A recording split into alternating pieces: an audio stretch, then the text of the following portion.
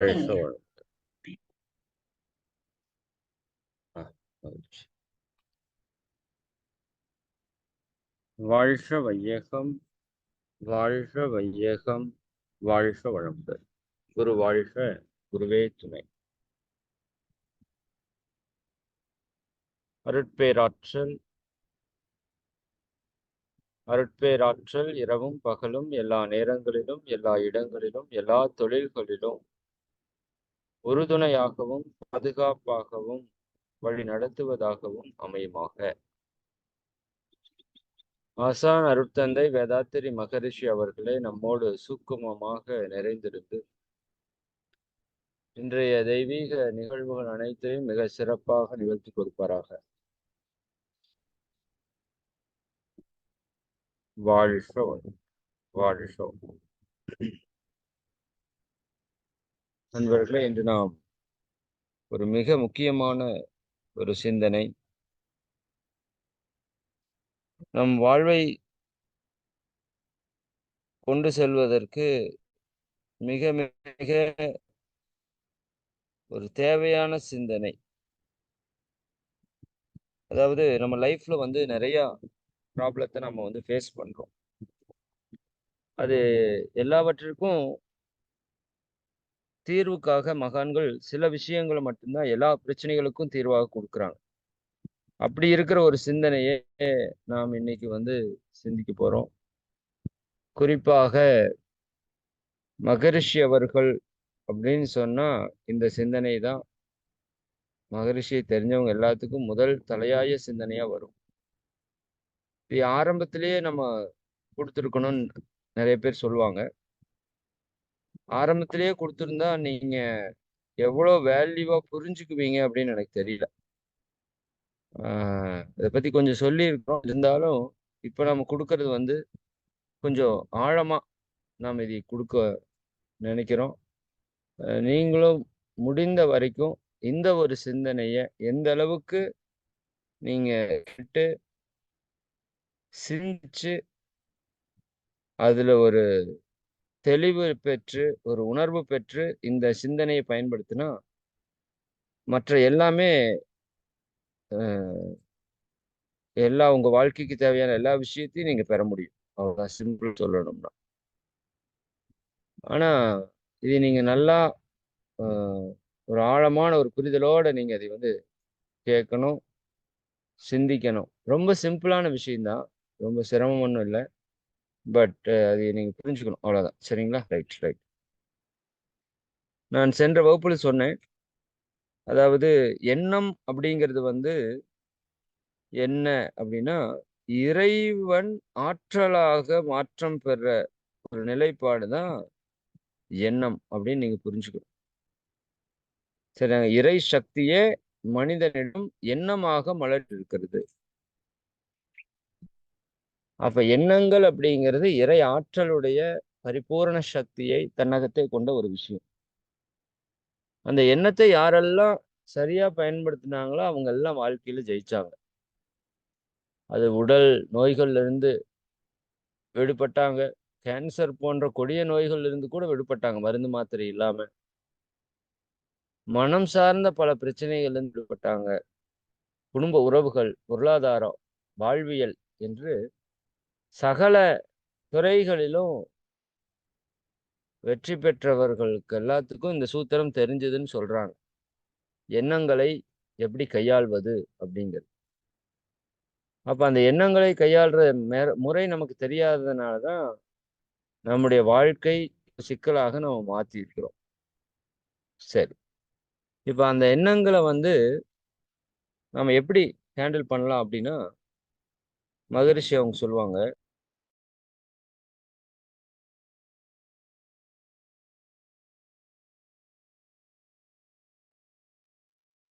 அதாவது ஒரு எண்ணம் அது தனக்கும் பிறருக்கும் நன்மையே செய்யக்கூடிய எண்ணமா இருக்கும். அதான் எண்ணத்துல நல்ல எண்ணம், உயர்ந்த எண்ணம். அப்படி நம்ம முன்னோர்கள் யோசிக்கிறாங்க, இந்த மக்கள் எல்லா நலனையும் பெற்று வாழணும். அப்ப அதுக்கு தகுந்த மாதிரி இவங்க வாழ்க்கையில சில விஷயங்களை ஆட் பண்றாங்க. அதுதான் பண்பாடு, கலாச்சாரம் என்ற அளவில் பல்வேறு விஷயங்களை வந்து நம்ம முன்னோர்கள் சொல்லி வைத்திருக்கிறாங்க. அதுல ஒரு உயர்ந்த ஒரு விஷயத்த நாம் இன்னைக்கு வந்து சிந்திக்க போறோம். நல்லா மனதில் வைத்துக் கொள்ளுங்க. எண்ணத்தினுடைய ஒரு பகுதி தான் நாம் இன்னைக்கு சிந்திக்கக்கூடிய வாழ்த்தும் பயனும் அப்படிங்கிற ஒரு டாபிக். இது நீங்க நிறைய பேர் கேட்டிருப்பீங்க. சிலர் அதை பயன்படுத்திட்டு இருக்கலாம். பட் ஆழமாக உணர்ந்து பயன்படுத்துறவங்க என்னை பொறுத்து ரொம்ப ரொம்ப குறைவு. சரிதானுங்களா? நேத்து போன வகுப்புல சொன்ன மாதிரி காந்த நிலை அறியாமல் கடவுள் நிலை அறிவதோ அப்படிங்கிற ஒரு வாக்கியம் அதற்குள்ள ஆயிரக்கணக்கான பொருளை உள்ள வச்சிருக்கு. அது நம்ம எந்த அளவுக்கு நீங்க ஆழமா பயணிக்கிறீங்களோ அந்த அளவுக்கு அது பலனை கொடுக்கும். கடலுக்குள்ள மேலோட்டமா போய் மீனை பிடிச்சிட்டு வர்றவங்களும் இருக்காங்க, அடி ஆழத்துல போய் முத்து எடுக்கிறவங்களும் இருக்காங்க. நான் இந்த தத்துவத்தை பொறுத்த வரைக்கும் நீங்க அடி ஆழத்திற்கு சென்று அந்த முத்தை எடுக்கணும்னு நான் நினைக்கிறேன். அப்படி இந்த ஒரு சிந்தனையில நீங்க பண்ணிட்டீங்கன்னா உங்க லைஃப்ல இருக்கிற எல்லா ப்ராப்ளத்தையும் நீங்க சால்வ் பண்ண முடியும். சரிங்களா? சரி. அப்ப அந்த விதத்துல மகரிஷியோட இன்னொரு பேரே வந்து அமைப்பு பேரே வந்து அவர் வச்சது உலக சமுதாய சேவா சங்கம்னு வச்சாரு, மனவளக்கலை யோகான்னு வச்சாரு இல்லைங்களா? தவ மையம் அப்படிங்கிறது எல்லாமே கூட பெருசா தெரியாது. வாழ்க வளமுடன் மன்றம் அப்படின்னா எல்லாருக்குமே தெரியும்.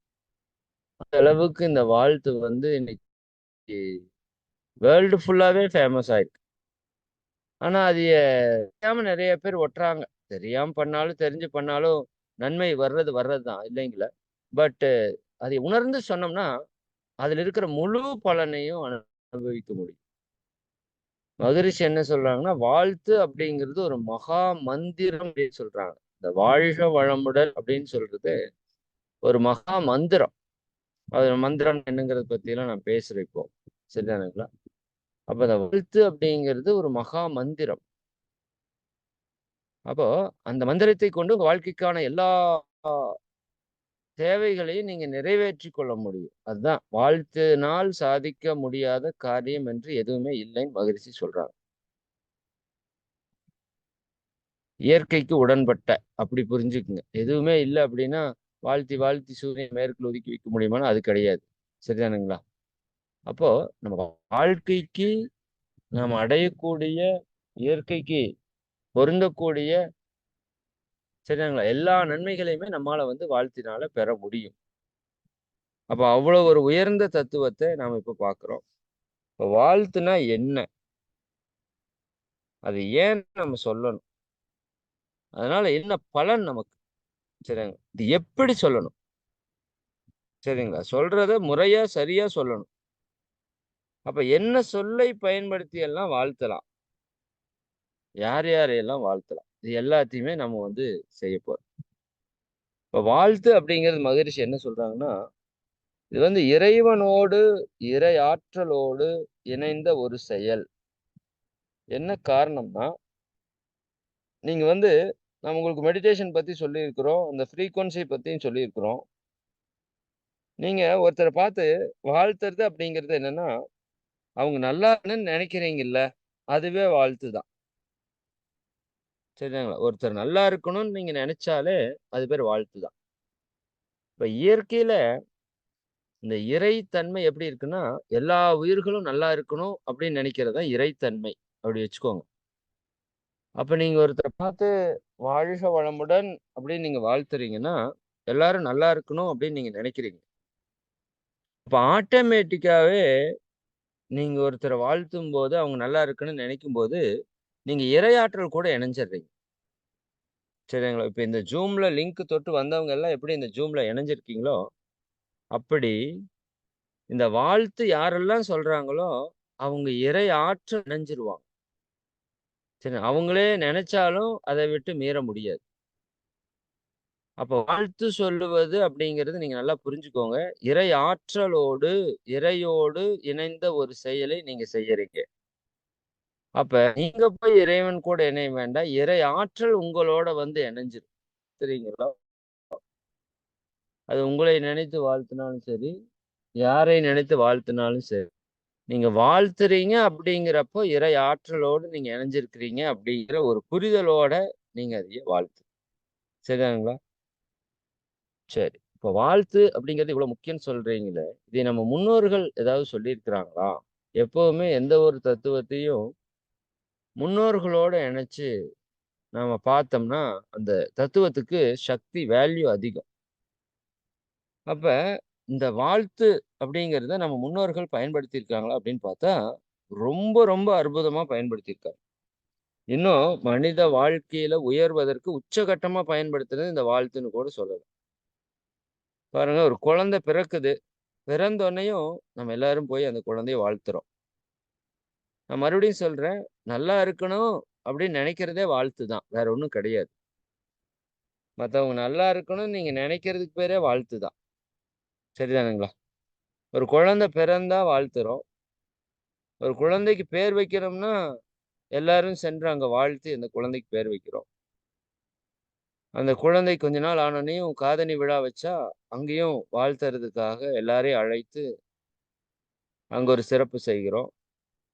பெண் குழந்தைகளுக்கு பூப்பு நன்னீராட்டு விழா. அவங்க பருவம் அடையும்போது எல்லாரையும் கூப்பிட்டு வாழ்த்து குடுக்குறோம். இன்னும் திருமணம் அப்படிங்கிறது ஒரு மனித வாழ்க்கையில மிக மிக ஒரு முக்கியமான ஒரு விஷயம். இது ஒண்ணு சரியா அமைஞ்சிருச்சு அப்படின்னா, அவன் லைஃப்ல எல்லாமே சரியா அமைஞ்சிரும். அதனாலதான் இதுக்கு இவ்வளவு முக்கியத்துவம் குடுத்தாங்க.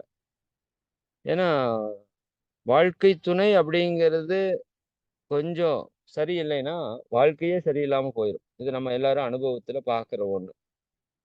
ஆனா, அந்த வாழ்க்கை துணை அப்படி வர்றதுக்கு யாரு காரணம்னா, வாழ்க்கை துணை காரணம் இல்ல. நாம தான் காரணம். அதை நம்ம புரிஞ்சுக்கணும். அப்போ இந்த விஷயம் எல்லாம் தெரியாது நமக்கு. அப்போ மகான்கள் என்ன பண்றாங்க? அந்த நம்மளுடைய கர்ம வினை எப்படி இருக்கு? அவங்களோட கர்ம வினை எப்படி இருக்கு? அப்படின்னா நமக்கு தெரியாது. பட் அந்த கர்ம வினைக்கு தகுந்த மாதிரி இன்னொரு ஆன்மா கூட இணையறாங்க. அப்படி இணையும்போது அந்த அ பந்தம் பல ஆண்டுகளுக்கு தொடரக்கூடிய ஒரு பந்தம். அந்த பந்தம் சரியா இருந்தா தான் இந்த மனிதன் தான் எடுத்த அந்த வாழ்வினுடைய நோக்கத்தை நிறைவேற்ற முடியும். அப்படி உணர்ந்த மகான்கள் அந்த பந்தத்த சக்திப்படுத்தணும் அப்படிங்கிறதுக்காக திருமண விழாவிலயும் நம்ம என்ன பண்றோம்? நான் பல இடத்துல சொல்வேன். பல வருஷம் சேர்த்து சம்பாதித்து வைத்த அந்த பொருளை கூட ஒரு நாள் நிகழ்ச்சிக்காக செலவு பண்றத நம்ம பார்க்கிறோம்.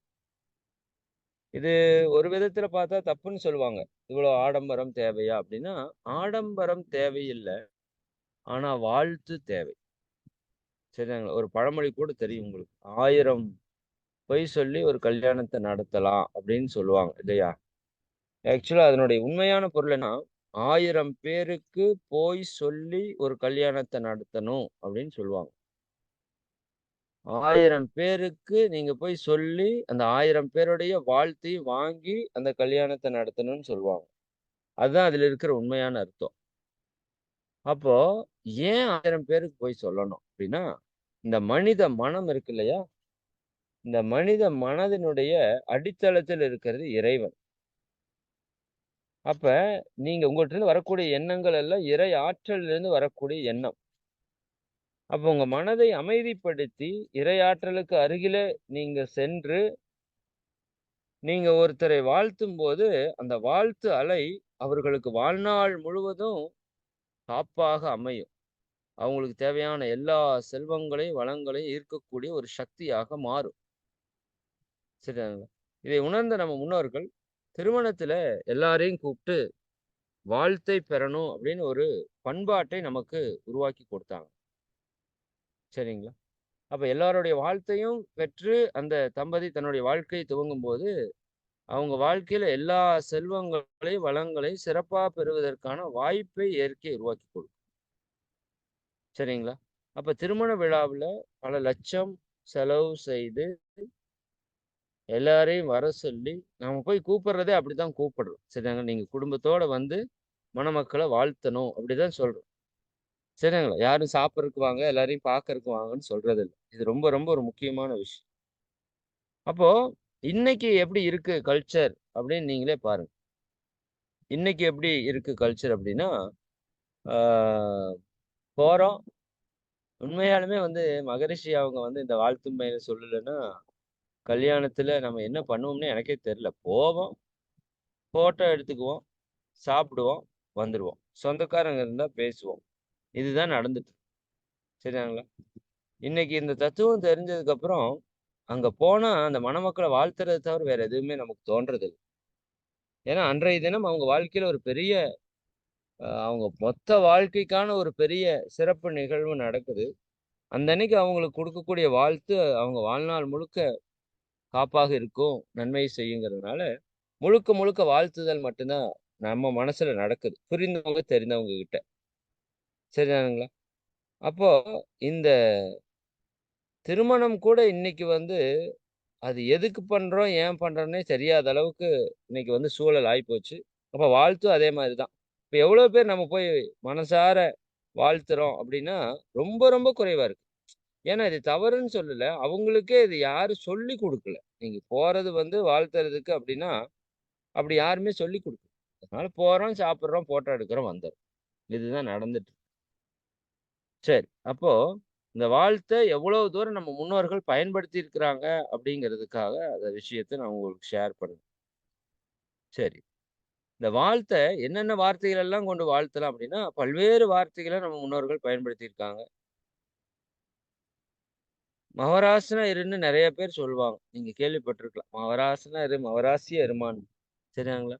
100 ஆண்டு காலம் வாழ்க, தீர்காயுஷ்மான் பவ, தீர்க்க சுமங்கலி பவ, இல்லையா? 16ம் பெற்று பெருவாழ்வு வாழ்க, நோயற்ற வாழ்வு, குறைவற்ற செல்வம்னு நீண்ட அந்த பாடல்கள் மூலமா வாழ்த்துறாங்க. எவ்வளவோ வாழ்த்து பாடல்கள், வாழ்த்து கவிகளை இயற்றி வச்சிருக்காங்க. சரிதானுங்களா? பல்லாண்டு, பல்லாண்டு, பல்லாயிரத்தாண்டு, பல கோடி நூறாண்டுகள் இறைவனையே வாழ்த்தக்கூடிய ஒரு தன்மையை நம்ம வச்சிருக்கோம். சரிங்களா? அப்ப மகரிஷியும் பார்க்குறாங்க. இதுல ரொம்ப முக்கியம் பாருங்க. இந்த மந்திரங்கள் அப்படின்னு நான் சொன்னேன். அதுக்கு தனி சப்ஜெக்டாவே எடுக்கலாம். சிம்பிளா நான் சொல்றேன் புரிஞ்சுக்கோ. இந்த மந்திரங்கள் அப்படிங்கிறது என்னன்னா, நீங்க வாய்விட்டு ஒரு வார்த்தையை உச்சரிக்கும்போது, அதற்கு ஒரு அதிர்வுகள் கிரியேட் ஆகும்.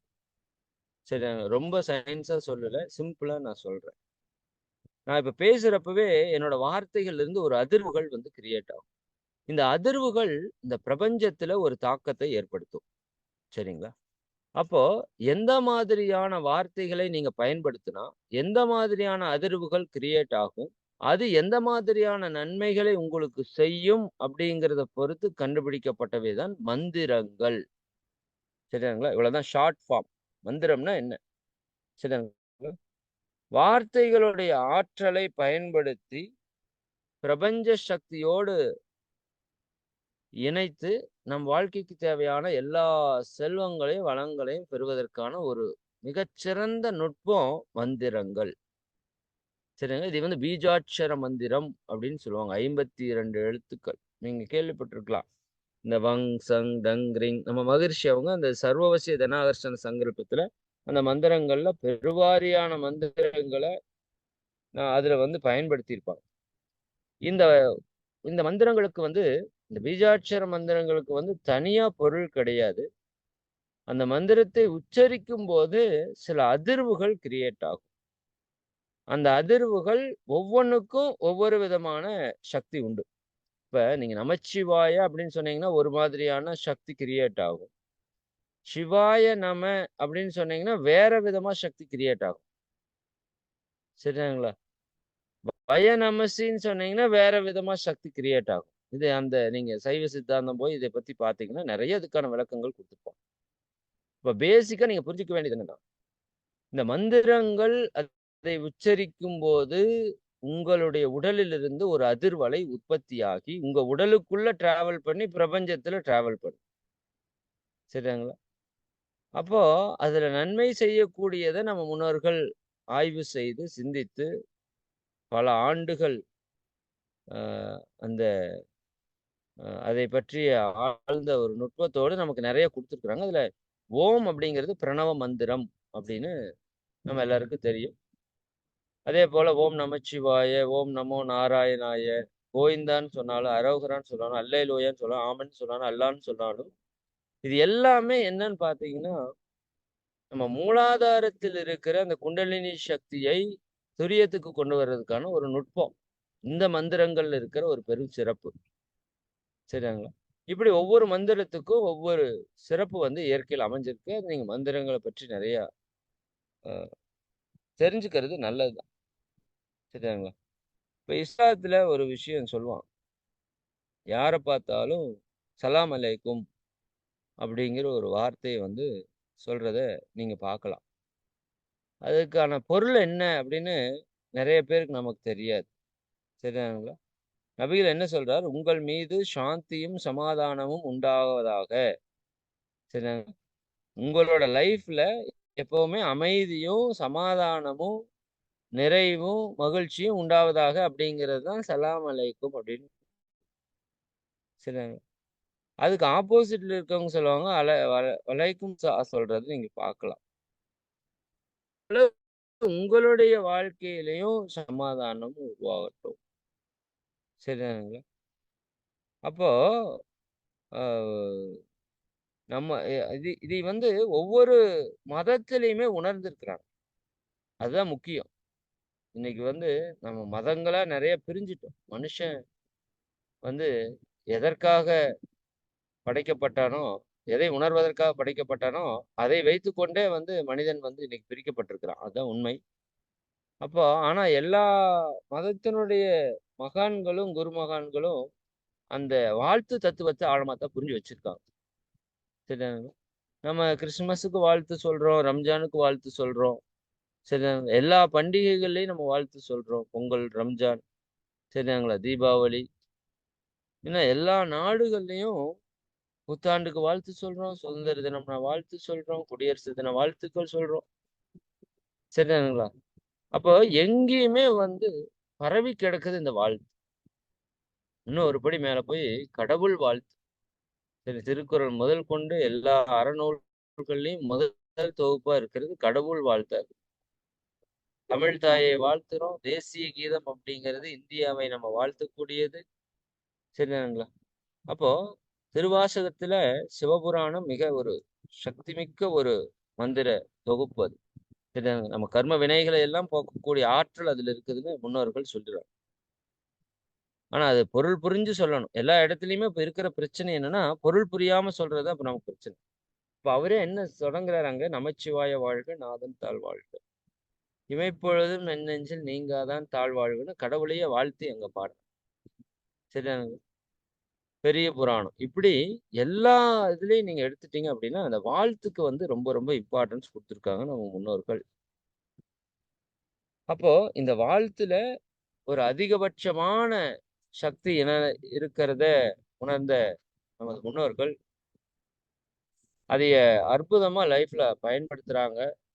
இத மகரிஷி பார்க்குறாங்க.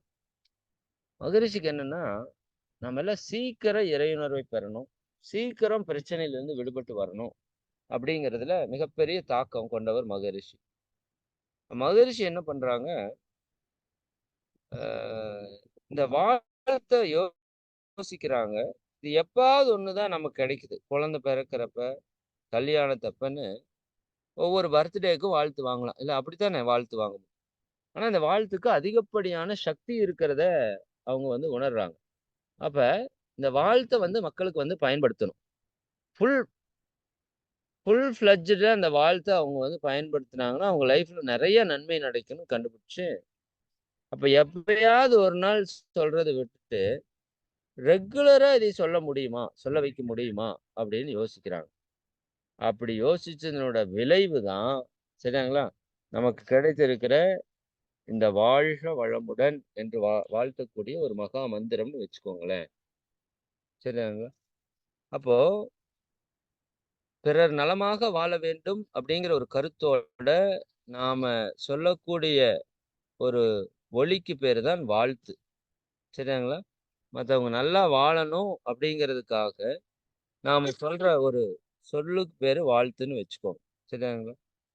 இப்ப மகரிஷி அவங்க இது பல பல ஆண்டுகள் அவருடைய கனவு என்னன்னா, உலக மக்கள் அனைவரும் நல்லா இருக்கணும், மகிழ்ச்சியா இருக்கணும்.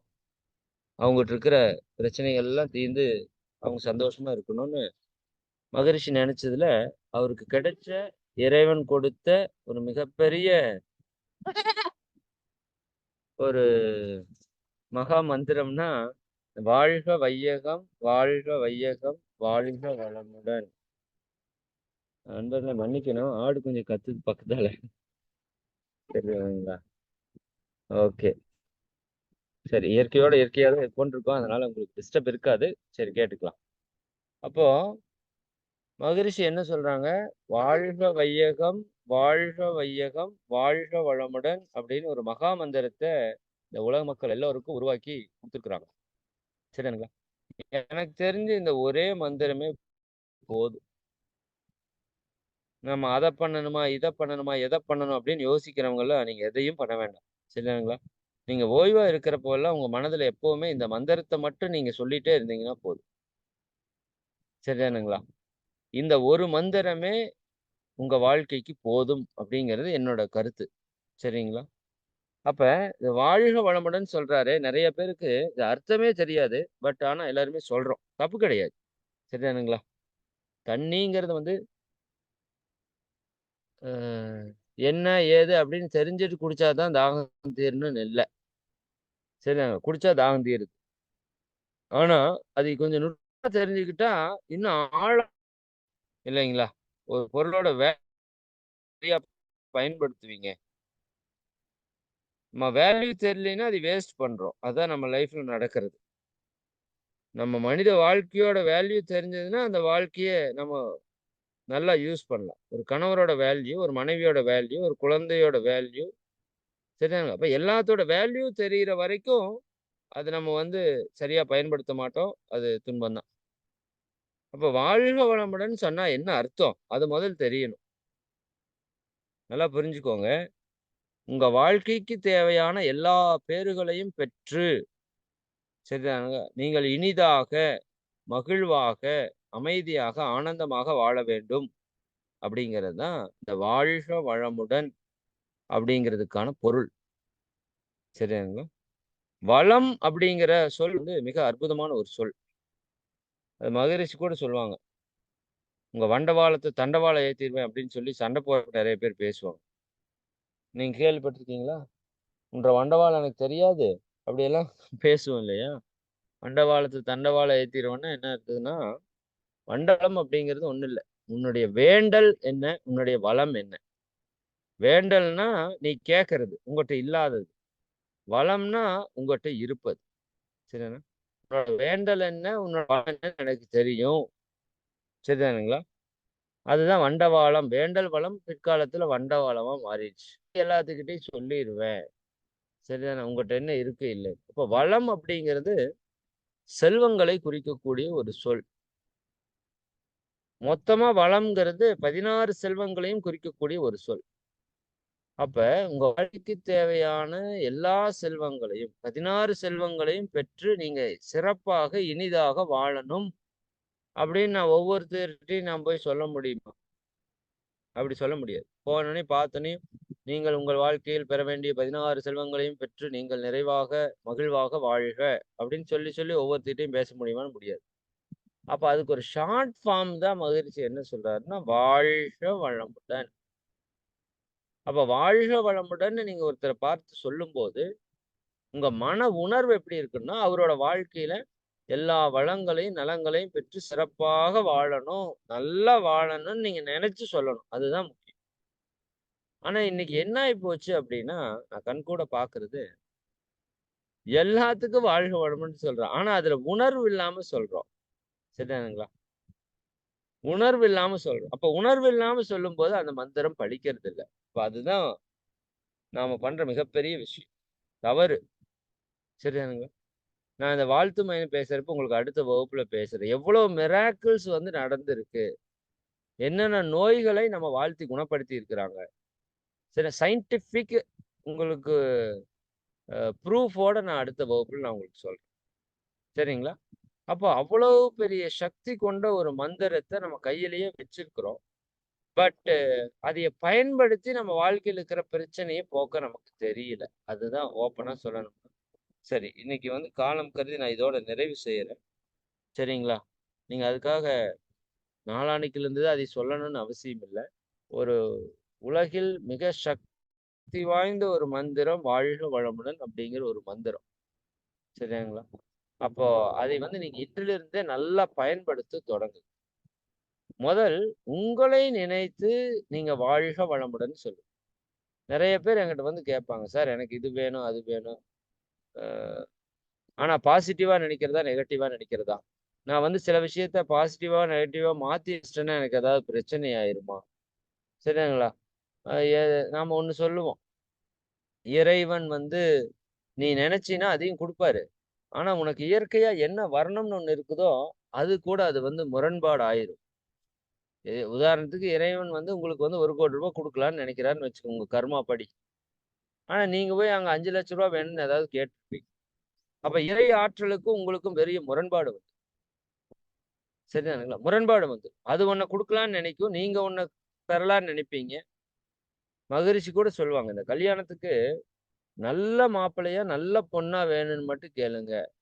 இப்படித்தான் இருக்கணும், இவங்க தான் இருக்கணும்னு ரொம்ப வந்து அதை வந்து பர்ட்டிகுலர் பண்ணாதீங்க. சரியாங்களா?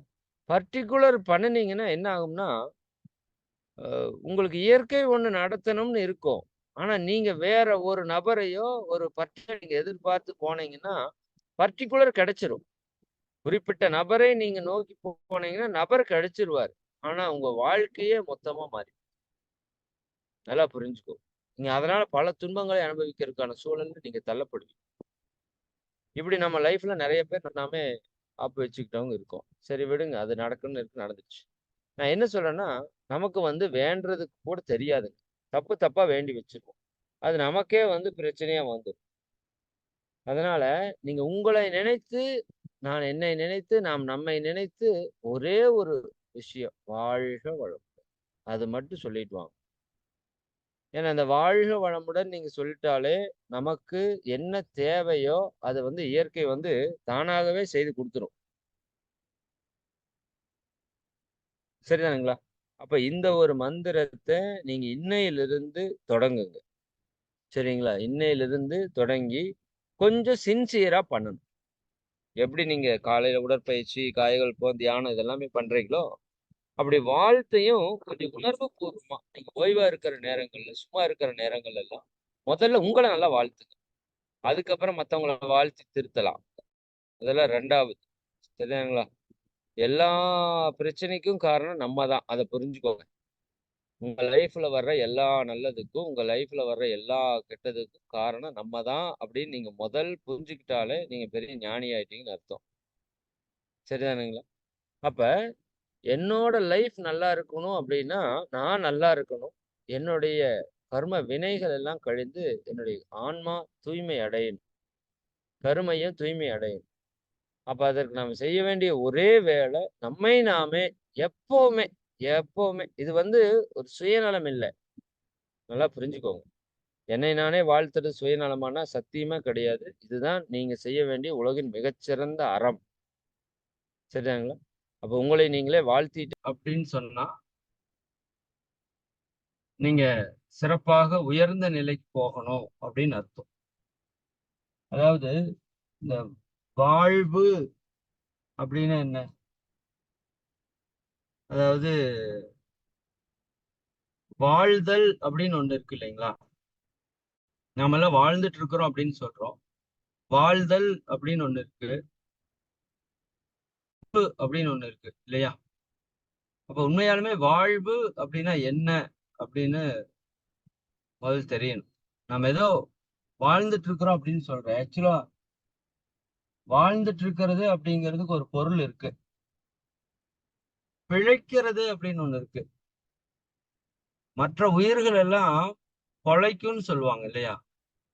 உயிர் பொழைக்கிறது அப்படின்னு. மனிதனுக்கு அது வாழ்வு அப்படின்னு சொல்றோம். இந்த பிழைத்தலுக்கும் வாழ்வுக்கும் வித்தியாசம் இருக்கு. வாழ்தல் அப்படின்னா என்ன வாழ்வு அப்படின்னா என்ன அப்படின்னு தெரிஞ்சாதான் வாழ்க அப்படின்னு தெளிவு வந்து நமக்கு வந்து கிடைக்கும். அப்போ வாழ்வுக்கு நமக்கு யாருக்குமே பொருள் தெரியாதுன்னு நான் நினைக்கிறேன். நீங்க தெரிஞ்சு யாராவது வேணா சேட் பண்ணுங்க. வாழ்வு அப்படின்னா என்ன, வாழ்தல் அப்படின்னா என்ன அப்படின்னு யாராவது தெரிஞ்சா சேட் பண்ணுங்க. நிறைய பேருக்கு நமக்கு வந்து பொருள் தெரியாது. ஞானிகள் தான் நமக்கு அந்த இடத்த வந்து விளக்குறாங்க. அதாவது ஒரு ஒரு ஒரு ஒரு வார்த்தைக்கு பொருள் தெரியல அப்படின்னா அதற்கான எதிர் சொல்ல சொன்னீங்கன்னா அந்த வார்த்தைக்கான பொருளை நீங்க பிடிச்சிடலாம். இது வந்து தமிழ்ல இருக்கிற மற்ற எல்லா லாங்குவேஜ்ல இருக்கிற ஒரு சிறப்பம்சம்னு வச்சுக்கோங்களேன். அப்ப வாழ்வு அப்படிங்கிறதுக்கு எதிர்சொல் என்ன, அதுவுமே நமக்கு தெரியாது. ஓப்பனா சொல்லணும்னா அதுவும் நமக்கு வந்து தெரியாது. இப்போ பாரதியார் சொல்றாரு,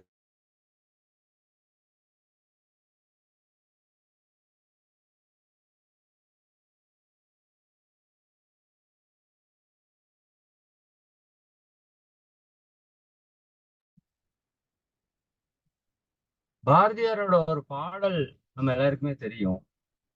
ஒன்றுபட்டால் உண்டு வாழ்வு, ஒன்றுபட்டால் உண்டு வாழ்வு, நம்மில் ஒற்றுமை நீங்கிடில் அனைவருக்கும் தாழ்வு அப்படின்னு ஒரு விஷயத்த நாம கொஞ்சம் தெரிஞ்சு வச்சிருக்கோம்னு நினைக்கிறேன் நான். சரிங்களா? அப்போ ஒன்றுபட்டால் உண்டு வாழ்வு, நம்மில் ஒற்றுமை நீங்கிடில் அனைவருக்கும் தாழ்வு, இல்லையா? அப்ப வாழ்வுனா என்ன, தாழ்வுனா என்னன்னு நமக்கு புரிஞ்சிருச்சு இல்லைங்களா? தாழ்வுனா என்ன, தாழ்வுனா இறங்குறது, குறையிறது, மதிப்பு குறையிறது. கரெக்டுங்களா? வாழ்வு அப்படின்னா உயர்றது, ஏறுறது, மதிப்பு கூடுறது. அப்ப வாழ்வு அப்படிங்கிறது நம்ம உண்மையாலுமே வாழ்றோம் அப்படிங்கிறது எதை வச்சு முடிவு பண்ணப்படுதுன்னா உயிர் இருத்தலோட வச்சு முடிவு பண்ணப்படுறது இல்ல. நம்ம உயர்ந்து கொண்டே இருக்கிறோமா, சரிங்களா? அறிவு ரீதியா, ஆத்ம ரீதியா, உடல் மன ரீதியா, சரிங்களா, வினைகளின் ரீதியா நம்ம ஒரு நல்ல நிலைக்கு உயர்ந்து கொண்டே இருந்தா தான் அதுக்கு பேர் வாழ்வுன்னு பேர். இல்லாட்டி அதுக்கு பேர் வாழ்வே கிடையாது. சரி, அப்ப அந்த விதத்துல வாழ்வு அப்படின்னா உயர்தல் அப்படின்னு பேரு. அப்ப வாழ்க என்றால் உயர்க என்று பொருள். சரிங்களா? சரி, எதுல உயரணும்? சரிங்களா? எதுல உயரணும்னா வளங்கள்ல உயரணும். மனித வாழ்க்கைக்கு தேவையான 16 செல்வங்களை வளங்கள் அப்படின்னு நம்ம சொல்றோம். அப்ப அந்த வளங்கள்ல நம்ம எப்படி இருக்கணும்னா உயர்ந்து இருக்கணும். அப்பதான் அந்த வாழ்க்கை நிறைவான வாழ்க்கைய மகிழ்ச்சி சொல்லுவாங்க. 7 சம்பத்துக்கள், ஒரு மனிதன் மகிழ்ச்சியா வாழணும்னா 7 சம்பத்துக்கள் வேணும்னு சொல்லுவாங்க. அப்ப அந்த 7 சம்பத்துக்களும் உங்களுக்கு சிறப்பா இருந்தாதான் உங்களுடைய வாழ்க்கையை நீங்க சிறப்பா வாழ முடியும். அது இன்னும் கொஞ்சம் விரிச்சு சொன்னோம்னா 16 செல்வங்கள்னு சொல்லலாம். இப்ப வளம் என்கிற சொல் வந்து 16 செல்வங்களையும் குறிக்கக்கூடியது. அப்ப நீங்க ஒருத்தரை பார்த்து வாழ்க வளமுடன் சொல்றீங்க அப்படின்னா, அல்லது உங்களையே நோக்கி நீங்க வாழ்க வளமுடன் சொல்றீங்கன்னா, நீங்கள் உங்கள் வாழ்வில் பெற வேண்டிய 16 செல்வங்களையும் பெற்று சிறப்பாக வாழ்க என்று அர்த்தம். இதை முதல் மனதில் நம்ம நல்லா பதிவு வச்சுக்கணும். சரிங்களா? ரைட். அப்ப நம்ம சென்ற வகுப்புல நான் சொன்னோம், மத்தவங்களுக்கு சொல்றதெல்லாம் ரெண்டாவதா வச்சுக்கலாம். முதல்ல நாம நமக்கே சொல்றது அப்படிங்கறது முதல்ல நீங்க ஸ்டார்ட் பண்ணுங்கன்னு சொன்னேன். நீங்க எல்லாரும் பண்ணிட்டு இருப்பீங்க அப்படின்னு நினைக்கிறேன். சரி, இந்த வாழ்த்துறதால என்ன பயன் வருது, அது எப்படி அது வந்து உருவாகுது அப்படிங்கிறது உண்மையாலுமே மகரிஷி அவங்க வந்து அது ரொம்ப நுட்பமா நமக்கு விளக்கி இருக்காங்க. அது ஒரு ஒரு ஒரு ஒரு விஞ்ஞானபூர்வமான ஒரு அதிசயம்னு கூட சொல்லலாம். சரிங்களா? உளவியல் துறையில இது ஒரு மிகச்சிறந்த ஒரு விஞ்ஞானம். இதை தெரிஞ்சிட்டாலே நம்ம எப்படி வாழலாம், எப்பவுமே வாழ்த்தி வாழ்த்தி எல்லா வளங்களையும் பெற்று நிறைவாக வாழ முடியும். சரிதானுங்களா? இந்த ஒரு விஷயம் தெரிஞ்சாவே போதும். அதனாலதான் நான் மீண்டும் மீண்டும் உங்களுக்கு அதை பதிவு பண்றேன். சரி, இதுல இருக்கிற ஒரு மிகப்பெரிய விஞ்ஞானத்துல ஒரு விஞ்ஞானம், முதன்மை விஞ்ஞானம் என்ன இருக்கு அப்படின்னா, தமிழ் அப்படின்னு சொன்னாலே அதுக்கு ஒரு மிகப்பெரிய சக்தி இருக்கு. ஏன்னா தமிழ் எழுத்து, எல்லா எழுத்துக்குமே எல்லா மொழிகளுக்குமே சிறப்பு இருக்கு. தமிழ் மொழிக்கு ஆகச்சிறந்த சிறப்பு இருக்கு. அதை வந்து ஞான மொழி, இறை மொழி அப்படின்னு சொல்றோம். சரிங்களா? அதனாலதான் இந்த தமிழ் கடவுள் அப்படின்னு அந்த முருகரை வந்து நம்ம சொல்றோம். ஞானத்திற்கான கடவுளை வந்து தமிழ் கடவுள். ஒரு எங்க எங்க எங்க ஐயா சொன்னாரு. அதாவது நான் 11th 12th படிக்கிறப்ப பாலசுப்ரமணியம் ஐயான்னு சொல்லிட்டு தமிழ் ஐயா, தமிழ்ல நல்ல புலமை. அவர் சொல்லுவார் அடிக்கடி, தமிழ் மட்டும் நீங்க நல்லா தெரிஞ்சுக்கிட்டீங்கன்னா நீங்க ஞானமே அடைஞ்சிடலாம் அப்படின்னு சொல்லுவார். இந்த வார்த்தை எனக்கு இன்னைக்கு ஞாபகம் இருக்கு. ஏன்னா தமிழ் வந்து ஒரு ஞானத்தை அடைவதற்காக உருவாக்கப்பட்ட ஒரு மொழி. அதை பத்தி பேசுனா நீங்க நிறைய வந்து தெரிஞ்சுக்கணும். நிச்சயமா தெரிய வேண்டியது நிறைய இருக்கு தமிழை பத்தி. அதாவது உயிர் எழுத்துக்கள் அப்படின்னு சொல்லுவாங்க இல்லைங்களா? இந்த உயிர் எழுத்துக்கள் 12, மெய் எழுத்துக்கள் 18, உயிர்மெய் எழுத்துக்கள் 216, ஆயுத எழுத்து 1. அந்த உயிர் எழுத்துக்கள்னு நம்ம எதை சொல்றோம்? அதுதான் அந்த எழுத்துக்கு உயிர் போன்ற எழுத்துக்களால் அது உயிர் எழுத்துக்கள் அப்படின்னு சொல்லப்படல. நிறைய பேர் அப்படி தப்பா புரிஞ்சிருக்கிறோம். அந்த எழுத்துல வந்து ரொம்ப முக்கியமான எழுத்து, அதனால அதை வந்து உயிர் எழுத்து அப்படின்னு சொல்றாங்க. அப்படி கிடையாது. சரி, நம்ம உடலுக்குள் இருக்கிற உயிர் மையங்கள் இருக்குல்லங்க, மூலாதாரம், சுவாதிஷ்டானம், மணிப்பூரகம், அநாகதம், விசுக்தி, ஆக்கினை, துரியம். இந்த 7 மையங்களையும் இயக்கக்கூடியதால அதற்கு பேர் உயிரெழுத்து என்று பெயர். நல்லா புரிஞ்சுக்கோங்க. எந்த எழுத்துக்கள் எல்லாம் நம்முடைய உயிர் மையத்தை இயக்கம் பெற செய்ததோ அந்த எழுத்துக்களுக்கு உயிரெழுத்துக்கள் என்று பெயர் கொடுத்தாங்க. சரி, நீங்க சொல்லி வேணாலும் பார்க்கலாம். அ, ஆ, இ, உ சொன்னீங்கன்னா அந்த ஒவ்வொரு 2 எழுத்துக்களுக்கும் ஒவ்வொரு மையம் வந்து ஆக்டிவேஷன் ஆகும். சரிதானுங்களா? அப்போ இதுல தமிழுக்குன்னு நிறைய பெருமை இருக்கு, அதை விட்டுருங்க. நான் ஒண்ணே ஒண்ணு மட்டும் சொல்றேன். சிறப்பு ழகரம். இது நிறைய பேர் கேள்விப்பட்டிருக்கலாம். நாங்க பிராணிக் ஹீலிங் கிளாஸ்ல போயிட்டு நாம ஒருத்தருக்கு ஹீலிங் கொடுக்கணும்னா நாம என்ன பண்றோம்? ஒரு கண்ணாடி பயிற்சியோ, தீப பயிற்சியோ, அல்லது துரியாதீத அளவுக்கு தவத்திலேயோ பிரபஞ்ச அளவுக்கு விரிஞ்சு நின்னோம் அந்த எனர்ஜி உள்ள வாங்கி அதுக்கப்புறம் நீங்க இன்னொருத்தவங்களுக்கு பாசஸ் கொடுக்கலாம், தீட்சை கொடுக்கலாம், அவங்க நோயை குணப்படுத்தலாம். இப்படி எல்லாம் நிறைய பண்ணலாம். சரிதானுங்களா? இப்ப அங்க போய் நான் பாக்குறேன், பிராணிக் ஹீலிங் வகுப்புல ஒரே நாள்ல முதல் நாள்லயே நீங்க வந்து அடுத்தவங்களுக்கு பவர் கொடுக்கற அளவுக்கு கொண்டு வரலாம். அப்ப என்ன பண்றாங்கன்னா ஒண்ணுமே பண்ணல, நாக்க மடிச்சு மேலெண்ணத்துல டச் பண்ண மாதிரி வச்சுக்கிறாங்க, அவ்வளவுதான். நல்லா புரிஞ்சுக்கோங்க. அதனாலதான் இந்த இள்ளே பாத்தீங்கன்னா இந்த நாக்க மடிச்சு மேலெண்ணத்துல டச் பண்ண இருக்கிற மாதிரிதான் அந்த இள்ளே வந்து ஷேப்பே வந்து போட்டிருப்பாங்க. ழா வந்து கீழ இருந்து மேல போற மாதிரி. அதுக்கு என்ன அர்த்தம்னா, நாவினை மடித்து நீ மேலெண்ணத்தை தொட்ட நிலையில் வைத்தாதான் இந்த உச்சரிப்பு சரியா வரும். இதுக்கு பேரு சிறப்பு ழகரம் அப்படின்னு பேரு. அப்போ இந்த நாக்கை நீங்க மடித்து மேலெண்ணத்துல டச் பண்ணி வச்சுட்டீங்கன்னா என்ன நடக்கும் அப்படின்னா, உங்களுக்கு ஆக்னை, துரியம், தவம் எல்லாம் நல்லா தெரியும். ஆக்னில பிட்யூட்டரி கிளாண்டும், துரியத்துல பீனியல் கிளாண்டும் ரெண்டும் இயக்கத்திற்கு வருது இல்லையா? அப்ப யார் ஒருவர் இந்த சிறப்பு லகரத்தை பயன்படுத்துறாங்களோ அவங்களுக்கு பிட்யூட்டரி பீனியல் ரெண்டுமே ஆக்டிவேஷன் ஆகுதுன்னு கண்டுபிடிச்சிட்டாங்க. இதுதான் இருக்கிறதுல மிகப்பெரிய ஒரு அதிசயமான ஒரு விஷயம். இப்ப யார் ஒருவர் இந்த சிறப்பு லகரத்தை பயன்படுத்துறாங்களோ அவங்களுக்கு ஆட்டோமேட்டிக்கா பிட்யூட்டரி கிளாண்டு, பீனியல் கிளாண்டு ரெண்டுமே இயக்கத்துக்கு வருது. அப்ப பிட்யூட்டரி கிளாண்டோட இம்பார்ட்டன்ஸ் தெரியும். ஆக்னை தவத்தினுடைய அத்தனை பலன்களையும் நீங்க எடுத்துக்கலாம். உடல் நலத்திற்கான தலைமை சுரப்பியிலிருந்து நான் அதை பேசினா அது 1 மணி நேரம் ஆயிடும். நீங்க புரிஞ்சுக்க. நீங்க வேணா வாய்ப்பு இருந்தா பின்னாடி போய் ஆக்னை, துரிய, தவம் கொடுத்தப்ப அதனோட விளக்கத்தை நீங்க கேளு. அந்த சிறப்பு ழகரத்தை நீங்க உச்சரித்தாலோ அல்லது நாவினை மடித்து மேலெண்ணத்தை தொட்ட நிலையில் வைத்துக் கொண்டாலோ பிட்யூட்டரி பீனியல் கிளாண்ட் ரெண்டுமே ஆக்டிவேஷன் ஆகும். ஆக்னை, துரிய, தவம் பண்ணா உங்களுக்கு என்னவெல்லாம் பெனிஃபிட் கிடைக்குமோ எல்லாமே கிடைக்கும். அப்ப ஒரு மனிதன் உடல் ஆரோக்கியமா இருக்கிறதுக்கு அடிப்படை பிட்யூட்டரி சுரப்பி, மனம் அமைதியா இருக்கிறதுக்கு அடிப்படை பீனியல் சுரப்பி. அதனாலதான் தியானத்திற்கு இவ்வளவு வேல்யூ நம்ம சொல்றோம். ஆனா இந்த இரண்டையுமே ஒரு சேர கொடுக்கக்கூடிய தன்மை இந்த ழகரத்திற்கு இருக்கிறதுனால இதுக்கு பேரு சிறப்பு ழகரம் அப்படின்னு சொன்னாங்க. உலக மொழிகள்லயே வேற எந்த மொழியிலையும் இந்த ழா இல்ல அப்படின்னு சொல்லி சொல்றாங்க.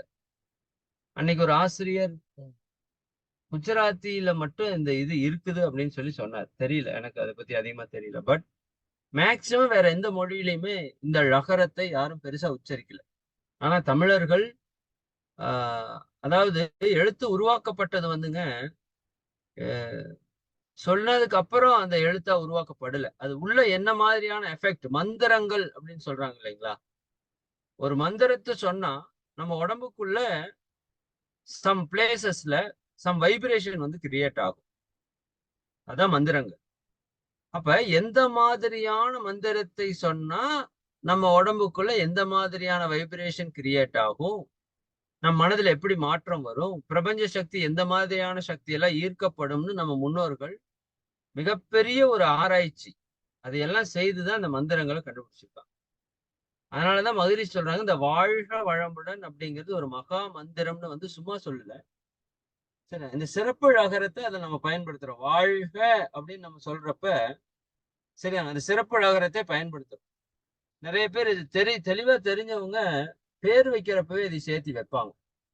தமிழ்ச்செல்வி, தமிழ்ச்செல்வன், சரி அந்த இள்ளு வர்ற மாதிரி. நான் என்னோட குழந்தைக்கு பேர் வைக்கிறப்ப கூட ஃபர்ஸ்ட் பையனுக்கு அதை யோசிக்காம விட்டுட்டோம். ரெண்டாவது பாப்பாவுக்கு பேர் வைக்கிறப்ப யாழினி அப்படின்னு வச்சோம். அந்த லா இது கண்டிப்பா வரணும் அப்படின்னு. சரிங்களா? ஏன்னா அந்த பேரை உச்சரிக்கும் போதெல்லாம் ஆட்டோமேட்டிக்கா நம்ம எதுக்கு போயிருவோம், அதுக்கு பேர் வந்து லம்பிகா யோகம்னு சொல்லுவாங்க. நீங்க கேள்விப்பட்டிருக்கீங்களான்னு தெரியல. சரிங்களா? லம்பிகா யோகம் அப்படின்னு ஒரு யோக முறை இருக்கு, முதல் இருந்தது. அது என்ன பண்ணுவாங்கன்னா, மகான்கள், இந்த சித்தர்கள் தியானத்துல ஆழ்ந்து இறையுணர்வை பெறுவதற்கு ஒரு பெரிய தடை என்னன்னு பாத்தீங்கன்னா சாப்பிட்றது. சரிங்களா? சாப்பிட்றது, டாய்லெட் போறது. இந்த மௌனம் இருக்கிறப்ப எனக்கு தியானமும் வேலை இருக்கும், இந்த சாப்பிட்றது டாய்லெட் போறது அது ஒரு வேலையாவே தெரியும். எதுக்குடா இந்த வேலை அப்படிங்கிற மாதிரி இருக்கு. அப்போ அவங்களுக்கு இது ஒரு தொந்தரவா தான் இருந்திருக்கும் கண்டிப்பா. அப்போ சாப்பாடு தண்ணி இல்லாம தியானிக்கணும், என்ன பண்ணலாம் அப்படின்னா பிரபஞ்ச ஆற்றல நேரடியா உள்ள இழுக்கணும். அதுக்கு அவங்க யோசிச்ச போது அவங்களுக்கு கிடைச்ச ஒரு மிகப்பெரிய ஒரு டெக்னிக் வந்து, இந்த இரட்டை நாக்கு பிராணிகள், பாம்பு போன்றதெல்லாம் என்ன பண்ணும் நீங்க பார்த்திருக்கீங்கன்னா, மழை காலங்கள்ல தண்ணீர் இருக்கிற இடங்கள்ல இருக்கும். சரி, அந்த சந்து பொந்துகளுக்குள்ளெல்லாம் இருக்கும். அது சில நேரங்கள்ல அப்படியே காஞ்சி போற சூழல் வர்றப்ப அது அதுக்குள்ளேயே வந்து மெர்ஜ் ஆயிரும். நான் உங்களுக்கு பின்னாடி உயிரின தன்மாற்றத்துல அதற்கான வீடியோவெல்லாம் காமிக்கிறேன். மண்ணுக்குள்ளேயே அது வந்து மெர்ஜ் ஆயிரும் அப்படியே. அது அப்படியே உடம்பெல்லாம் வற்றி போயிரும். ஆனா உயிர் போகாது. என்ன பண்ணும்னா, இந்த ரெண்டு நாக்கை எடுத்து தன்னோட உள்பக்கம் மூக்கு துவாரத்துக்குள்ள சொருகிரும். நமக்கு பரப்போகுதுன்னு சொல்றோம் இல்லைங்களா? அந்த மேல் துவாரத்துல சொருகி வச்சிருச்சு அப்படின்னா அது வந்து அந்த உயிரினத்தோட உள்ள இருக்கிற பிட்யூட்டரி பேனியல் ஆக்டிவேஷன் பண்ணி பிரபஞ்ச சக்தியை அதனோட உடம்புல இறக்கிட்டே இருக்கும். அப்ப அது எத்தனை நாட்கள் ஆனாலும் அந்த உயிருக்கு வந்து உயிர் போகாது. ஆனால் உடல் சக்தி இருக்காது, பலம் இருக்காது, அது வற்றி போகும். பட் உயிரோடையே இருக்கும். சரிதானுங்களா? அப்புறம் மீண்டும் அந்த நீர் வரும்போது அது அந்த உயிராற்றல் பெற்று அதிகரித்து இந்த உடலை இயக்கறதுக்கு ஆரம்பிச்சு. சரிதானுங்களா? இதை பார்த்து நம்ம முன்னோர்கள் என்ன பண்றாங்க, லம்பிகா யோகம்னு ஒண்ணு கண்டுபிடிக்கிறாங்க. லம்பிகா யோகத்தினுடைய செயல் என்னன்னா, ஒண்ணுல ரொம்ப சிம்பிள். நாக்க பிடிச்சி இழுத்து நாக்குக்கு அடியில் ஒண்ணு ஒட்டிட்டு இருக்கும் நமக்கு. நீங்க பாத்தீங்கன்னா தெரியும். அதை கட் பண்ணி விட்டுருவாங்க முதல்ல. அதுக்கப்புறம் நாக்க வந்து சென்டரா ரெண்டா கட் பண்ணுவாங்க. சரிதாங்க? நாக்க நேரா ரெண்டா கட் பண்ணி அதை கொஞ்சம் சைஸ் பண்ணணும். ஏன்னா நம்ம நாக்கு வந்து பெரிய சைஸ். அதை கொஞ்சம் கட் பண்ணி சைஸ் பண்ணி, சரிதானுங்களா? அதுக்கப்புறம் அது எடுத்து மேல துவாரத்துல, மூக்கு துவாரத்துல சொருகுவாங்க. இப்படி எல்லாம் யோகம் பண்ணியிருக்கிறாங்க. சரிதானுங்களா? யோகம்னா நம்ம வந்து ஏதோ சாதாரணமா நினைச்சுக்கிறோம், அப்படி இல்லை. இந்த யோகத்திற்காக நமது முன்னோர்கள் பட்ட கஷ்டங்கள் வந்து அதெல்லாம் படிச்சீங்கன்னா தான் இதனோட வேல்யூவே நமக்கு வந்து புரியும். சரிதானுங்களா? ஒவ்வொரு மகான்களும் எவ்வளவு கஷ்டப்பட்டிருக்காங்க. ராமானுஜர் அந்த ஒரு வார்த்தைய மந்திரத்தை வாங்குறதுக்கு அவர் பட்ட கஷ்டங்கள் எத்தனை அப்படிங்கிறதெல்லாம் நம்ம தெரிஞ்சாதான் அந்த அந்த வார்த்தை அந்த யோகத்தோட வேல்யூ. அப்போ அவ்வளவு கஷ்டப்பட்டு நாக்க சைஸ் பண்ணி மேல சொருகி உட்கார்ந்தாங்கன்னா பிட்யூட்டரி பீனியல் ஓப்பன் ஆயிடுச்சுன்னா என்ன ஆகும்? ஆட்டோமேட்டிக்கா பிரபஞ்ச சக்தி அவங்களுக்குள்ள கொட்டுறதுக்கு ஆரம்பிச்சிடும். அவங்க உடம்புல எத்தனை நாள் ஆனாலும் உயிர் போகாது. இது வந்து நியரர் டு ஜீவ சமாதி மாதிரி தான்.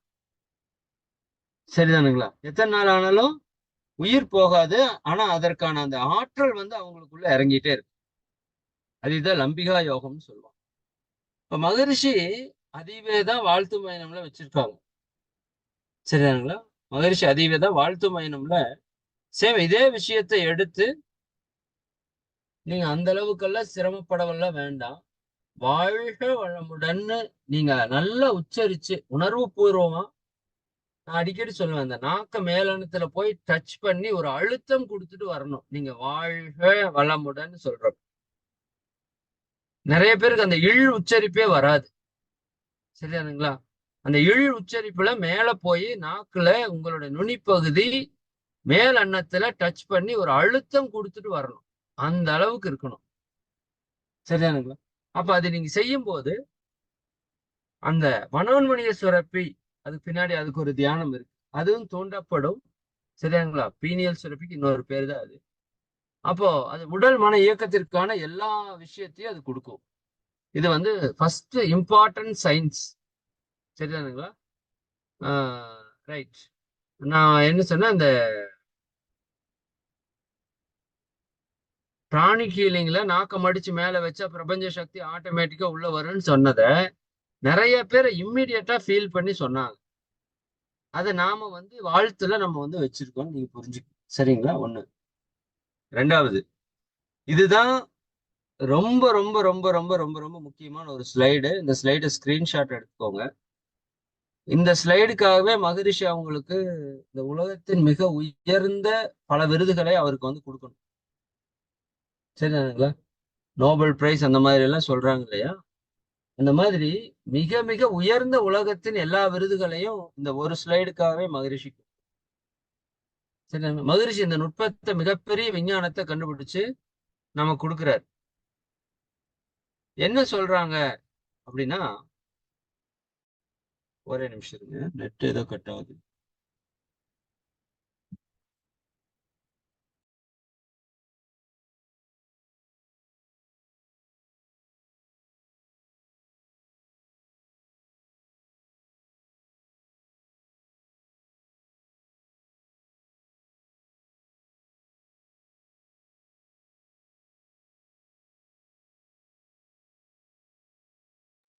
ஐயா மைக் மியூட் ஆயிடுச்சு.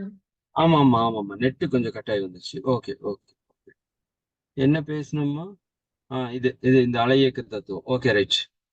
அப்போ இதுக்கு பேர் அலை இயக்க தத்துவம்.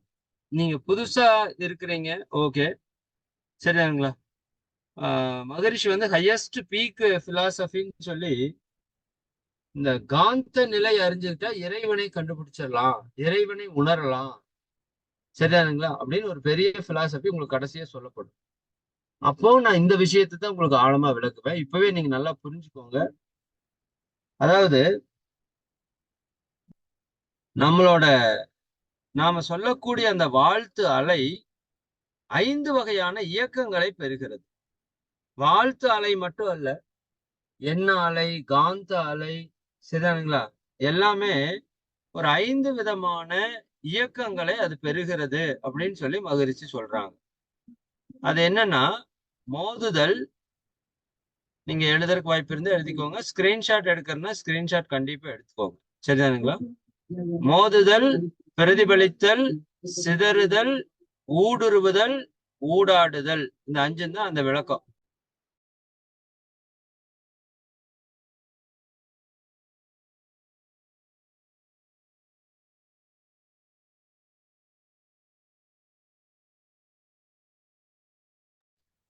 வாழ்க வளமுடன். மகிழ்ச்சி. அப்போ ஃபர்ஸ்ட் என்ன? மோதுதல். சரிதானுங்களா? இது என்னன்னு கான்செப்ட் நீங்க முதல்ல நல்லா புரிஞ்சுக்கோங்க. மோதுதல், பிரதிபலித்தல், சிதறுதல், ஊடுருவுதல், ஊடாடுதல். நான் உங்களுக்கு ஒரு சிம்பிளான உதாரணத்தோட சொல்றேன். இப்போ ஒரு லைட் எடுத்துக்கோங்க, டார்ச் லைட் எடுத்துக்கோங்க. சரிதானுங்களா? அதுல இருந்து என்ன போகுது? ஒளி அலை. டார்ச் லைட் சுவிட்ச் ஆன் பண்ண உடனேயும் ஒளி அலை அந்த டார்ச் லைட்ல இருந்து வெளியே போகுது. அது ஒரு அலை. சரி, அதனால அலைங்கிறதுக்கு உங்களுக்கு கண்ணுக்கு தெரியுற ப்ரூஃபை நான் சொல்றேன்.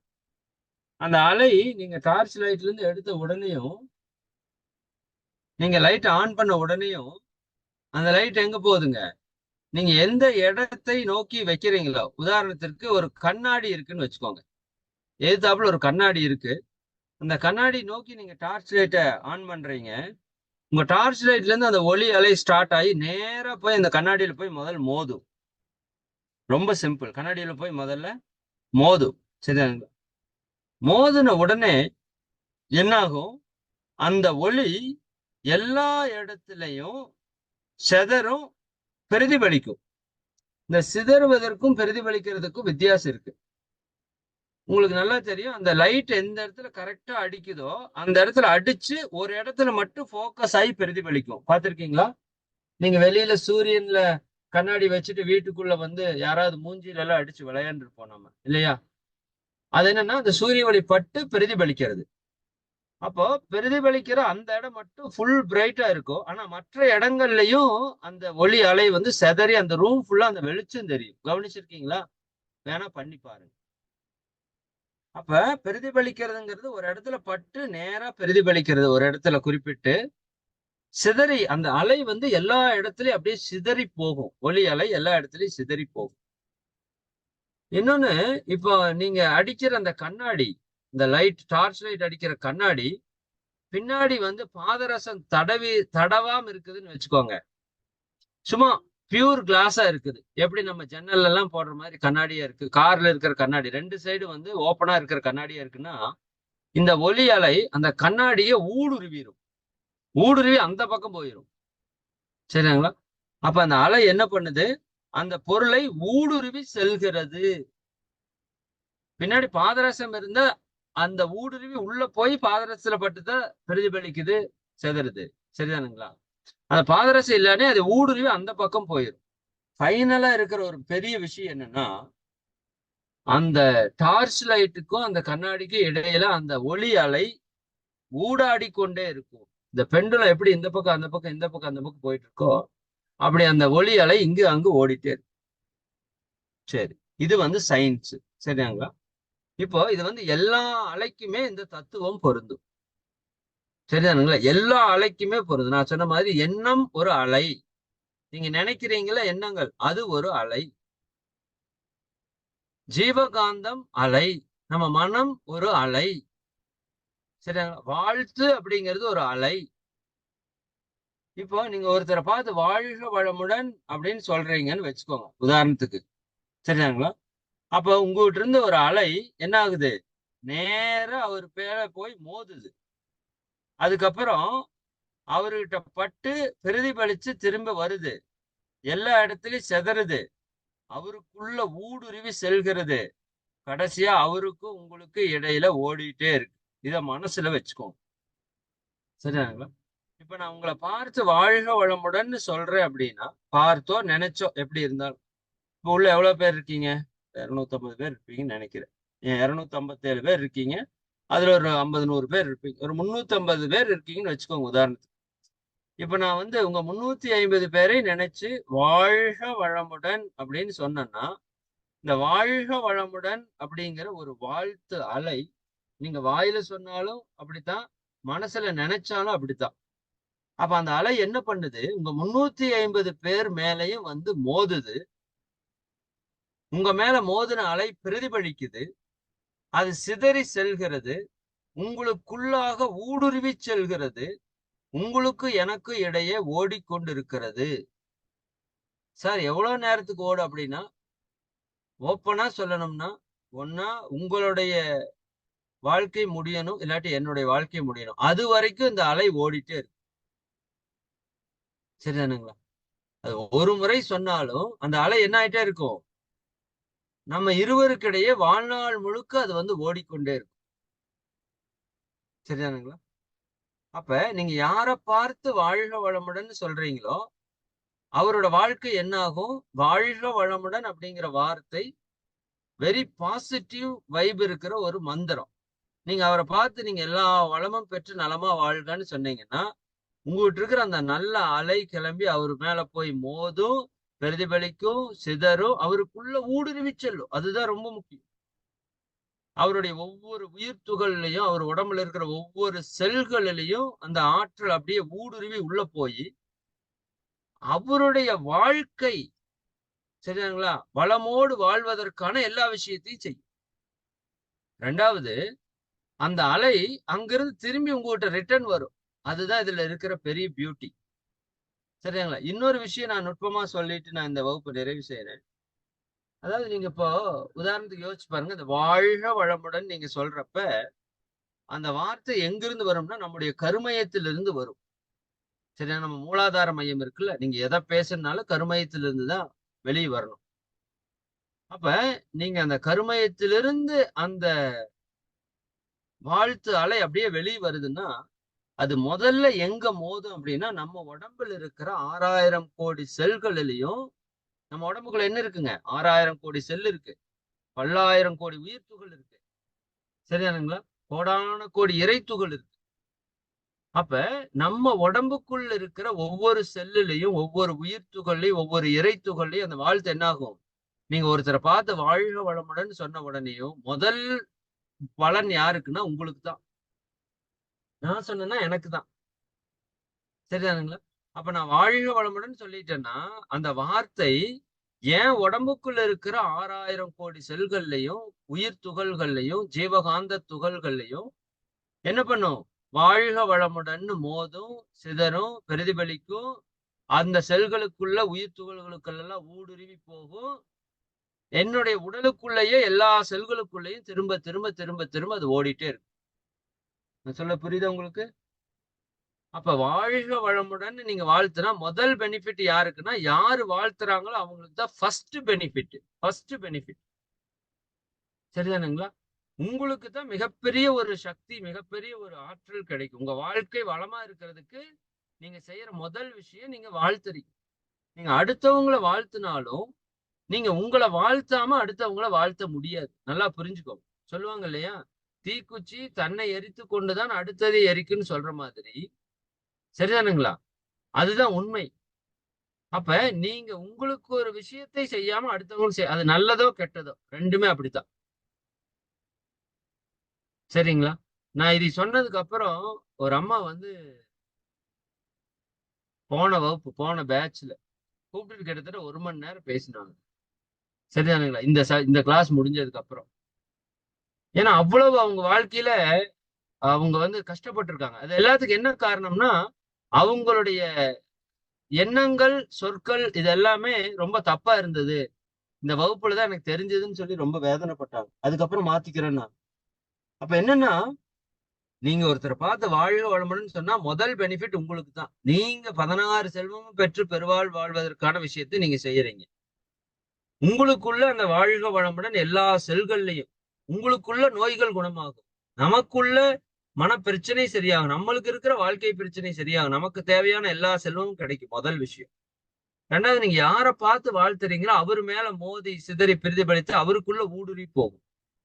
அப்ப அவரு கெட்டவரா இருக்கிறாருன்னு கூட வச்சுக்கோங்களேன்.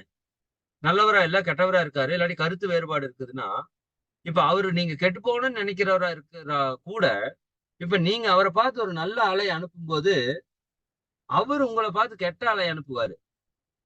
இப்ப நல்ல அலைக்கு சக்தி அதிகமா, கெட்ட அலைக்கு சக்தி அதிகமா? நீங்க இந்த படங்கள் எல்லாம் பார்த்திருக்கலாம். சாமி படத்துல சாமி ஒரு அம்புடுவாரு, அரக்கன் ஒரு அம்புடுவாரு. இந்த சாமி விடுற அம்பு அரக்கன் விடுற அம்பை வந்து முறிச்சிட்டு போய் அரக்கனை கொல்லும். அந்த மாதிரி உங்களுக்கு யாராவது இன்னல் புரிவார், எதிரிலா நினைப்பார், கருத்து வேறுபாடு இருப்பார், துன்பம் கொடுப்பார், யாராச்சும் நீங்க நினைச்சு வாழ்க வளமுடன் சொன்னீங்கன்னா கூட நீங்க அனுப்புற இந்த வாழ்த்து அலை மிக மிக ஆற்றல் மிக்க அலை. நீங்க அமைதியா, மன அமைதியா தவம் பண்ணி அந்த வாழ்த்து அலை அனுப்பும் போது அந்த அலை அவர்கள் மேல மோதி சிதறி பிரதிபலித்து அவருக்குள்ள ஊடுருவி போய் அவர் உங்களுக்கு கெடுதல் செய்யணும்னு நினைச்சா கூட அந்த கெடுதல் செய்யற எண்ணத்தையே இது அழித்து இது சக்தி மிக்கதா மாறிடும். அதுக்கப்புறம் அவருக்கு உங்க மேல ஒரு நல்ல ஒப்பீனியன் வந்துடும். அவரே வந்து உங்க கூட பேசுவார். அந்த அளவுக்கு அதுல பலன் இருக்கு.